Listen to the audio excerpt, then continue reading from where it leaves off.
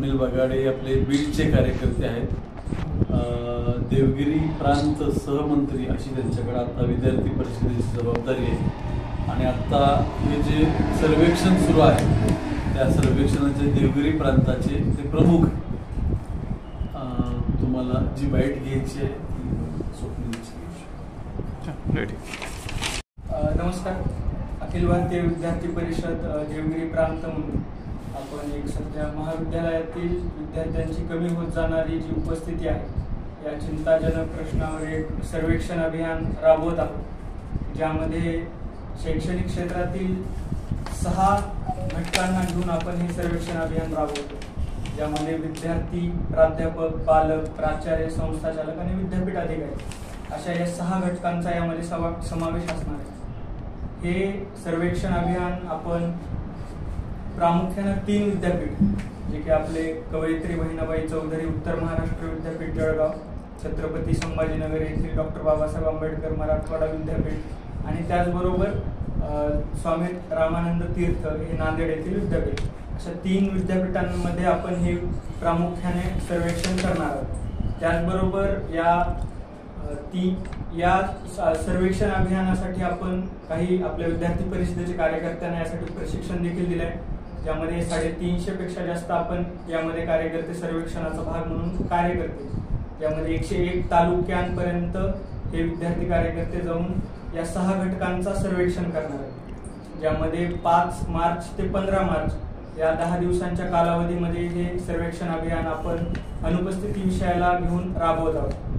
यानंतर जेव्हा हे सर्वेक्षण अभियान संपेल 15 मार्च नंतर आपण त्याचं एक बायफर्गेशन करून त्याचा एक स्टॅटिस्टिकली आपण ड्राफ्ट तयार करणार आहोत, की जो की ड्राफ्ट संपूर्ण आपण उच्च शिक्षण मंत्री असतील त्याचबरोबर मुख्यमंत्र्यांना हा सादर करून ते अनुपस्थिती हे जे आपल्या सध्या समाजाला लागलेलं जे एक विळखा आहे, एक संकट आहे, तर ते कसं टाळता येईल या संदर्भात आपण त्याबद्दल उपाययोजना करून त्या ड्राफ्टच्या माध्यमातून आणि या सर्वेक्षणाच्या माध्यमातून करणार आहोत. त्याचबरोबर हे जे सर्वेक्षण आपण संस्थाचालक प्राचार्यांना सुद्धा आपण त्यांचे काय मत घेतोय, त्यांना काही उपाययोजना सुचवण्यासाठी सुद्धा या सर्वेक्षणामध्ये त्यांना भाग करून घेण्यासाठी आपण प्रयत्न करतो. असं एक पूर्ण सर्वेक्षण चालू आहे. ही अनुपस्थिती कशामुळं जाणवली तुम्हाला, काय याच्या मागचं कारण काय?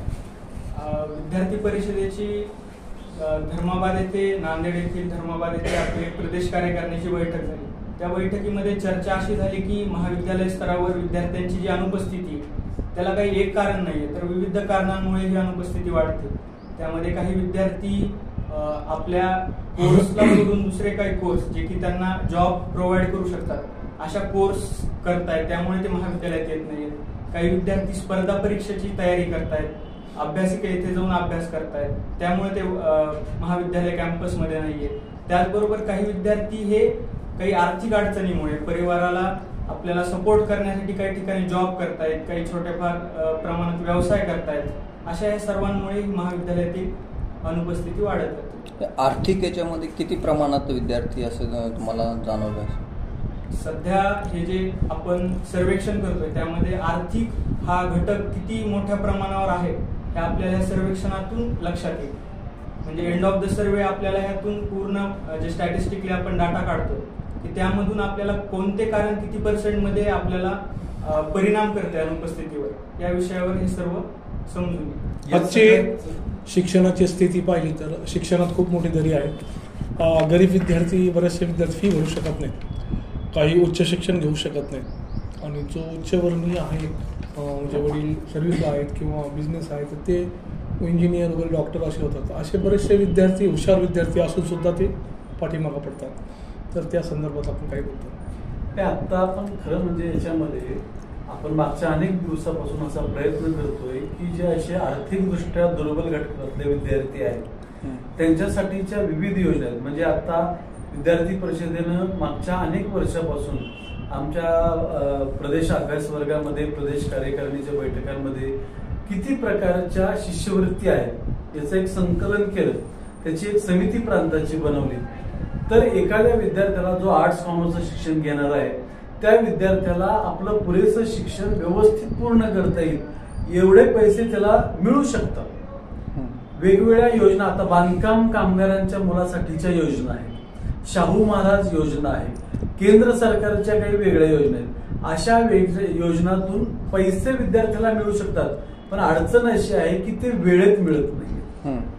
ते वेळेत न मिळत असल्यामुळं विद्यार्थी परिषदेने वेळोवेळी त्यावेळेस आंदोलनं केलेली आहेत आणि ते पैसे त्याला लवकर मिळवून देण्याचा प्रयत्न केलेला आहे.